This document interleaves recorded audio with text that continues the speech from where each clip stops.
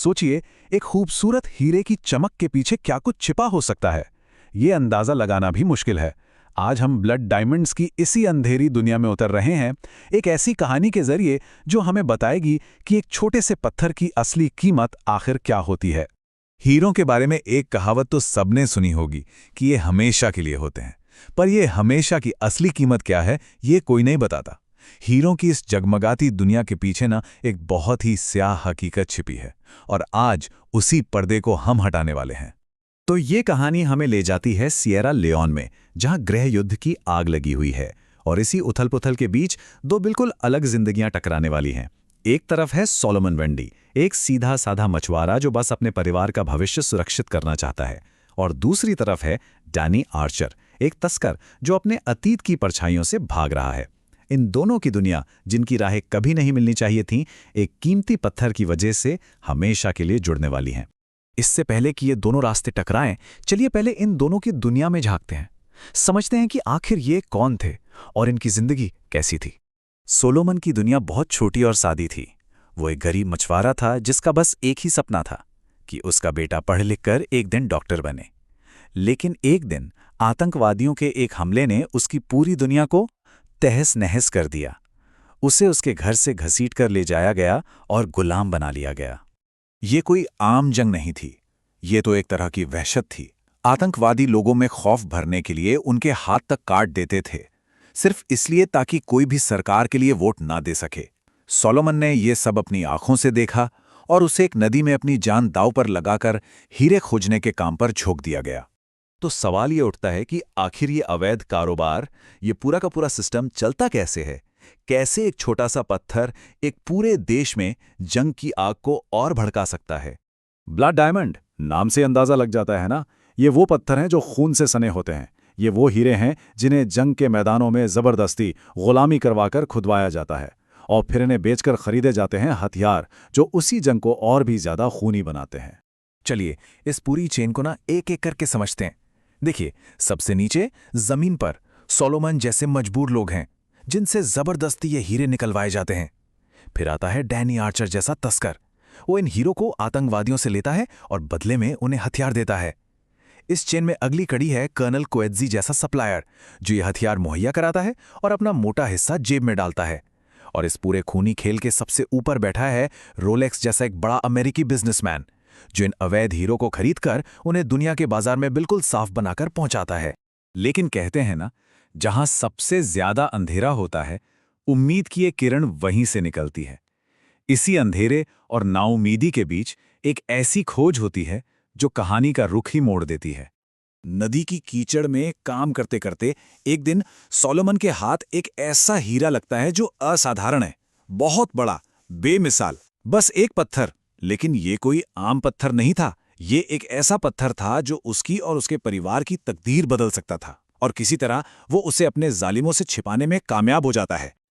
और यहीं किस्मत अपना खेल खेलती है। डैनी और सोलोमन दोनों को एक ही जेल में बंद कर दिया जाता है, और उसी जेल में डैनी आतंकवादियों को सोलोमन के उस छिपे हुए हीरे के बारे में बात करते सुन लेता है।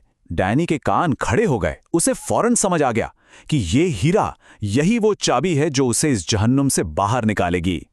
डैनी किसी तरह सोलोमन को जेल से निकालता है और उसके सामने एक सौदा रखता है। हीरे के बदले वो उसके बिछड़े हुए परिवार को खोजने में मदद करेगा। और यहीं सोलोमन के सामने एक ऐसा सवाल खड़ा हो जाता है जिसका जवाब देना शायद दुनिया में सबसे मुश्किल है। एक अनमोल पत्थर ज्यादा कीमती है या एक खोया हुआ परिवार? और जब लगता है कि इससे बुरा और क्या होगा, तभी सोलोमन पर एक और बिजली गिरती है। उसे पता चलता है कि उसका बेटा सिर्फ पकड़ा नहीं गया, आतंकवादियों ने उसका ब्रेन वॉश करके उसे एक बाल सैनिक, एक चाइल्ड सोल्जर बना दिया है। अब वो हीरा सिर्फ आज़ादी का जरिया नहीं, बल्कि अपने बेटे की आत्मा को बचाने की आखिरी उम्मीद बन जाता है। अब इस खतरनाक सफर में एक और किरदार की एंट्री होती है।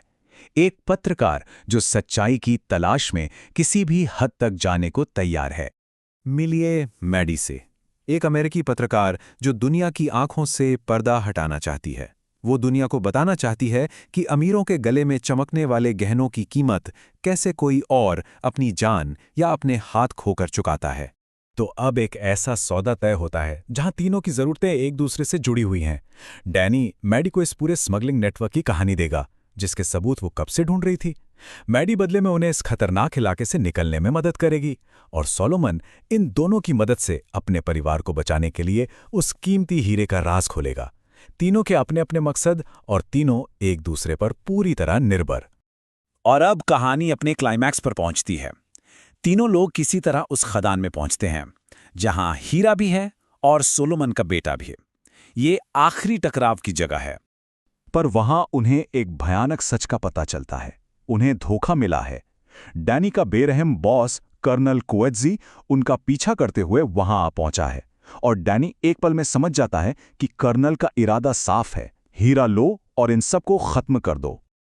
और इसी पल में एक तस्कर के अंदर का इंसान जाग उठता है। डैनी, जो हमेशा सिर्फ अपने लिए जीता आया था, एक फैसला लेता है। सोलोमन और उसके परिवार को बचाने के लिए वो कर्नल और उसकी पूरी फौज से अकेले ही भिड़ जाता है।